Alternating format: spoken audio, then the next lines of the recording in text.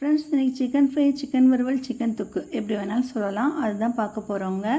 என்ன மாதிரி செல்ல மகள்களை பெற்ற செல்ல அம்மாக்களுக்கெல்லாம் நான் ஒரு மெசேஜ் சொல்கிறேங்க. நம்ம மகளுக்கு பிடிச்சதெல்லாம் நம்ம செஞ்சு கொடுப்போம், பிடிச்சதெல்லாம் வாங்கி கொடுப்போம். அதே மாதிரி தாங்க மகனுக்கும் எல்லாம் செய்வோங்க. அதே மாதிரி நம்ம செல்லத்தை இன்னொரு விஷயத்துலையும் காட்டணுங்க. நான் அதை தாங்க காட்டினேன். +2 படிச்சு லீவில் என்னோடய மகளுக்கு அவளுக்கு பிடிச்ச சமையல் எல்லாமே நான் சொல்லி கொடுத்தேங்க. அதனால் அவங்க இன்றைக்கி சூப்பராக செய்கிறாங்க. வீக்கெண்ட்ஸ்லேயும் செய்வாங்க. அவங்கள அழகாக பாராட்டி நம்ம இந்த மாதிரி சொல்லும்போது நம்ம செல்லத்தை இதுலேயும் கொஞ்சம் காமிக்கணுங்க. நிறைய பேர் கிச்சனில் சமைக்க விட்டால் கிச்சனெல்லாம் கலைச்சிருவாங்கன்னு நினைப்பாங்க. அப்படிலாம் நினைக்கக்கூடாதுங்க. குழந்தைங்கள கிச்சன்லேயும் விடணுங்க. அவங்க கலைச்சாலும் பரவாயில்ல, அவங்களுக்கு பிடிச்ச சமையலெல்லாம் அவங்க கற்றுக்கணுங்க.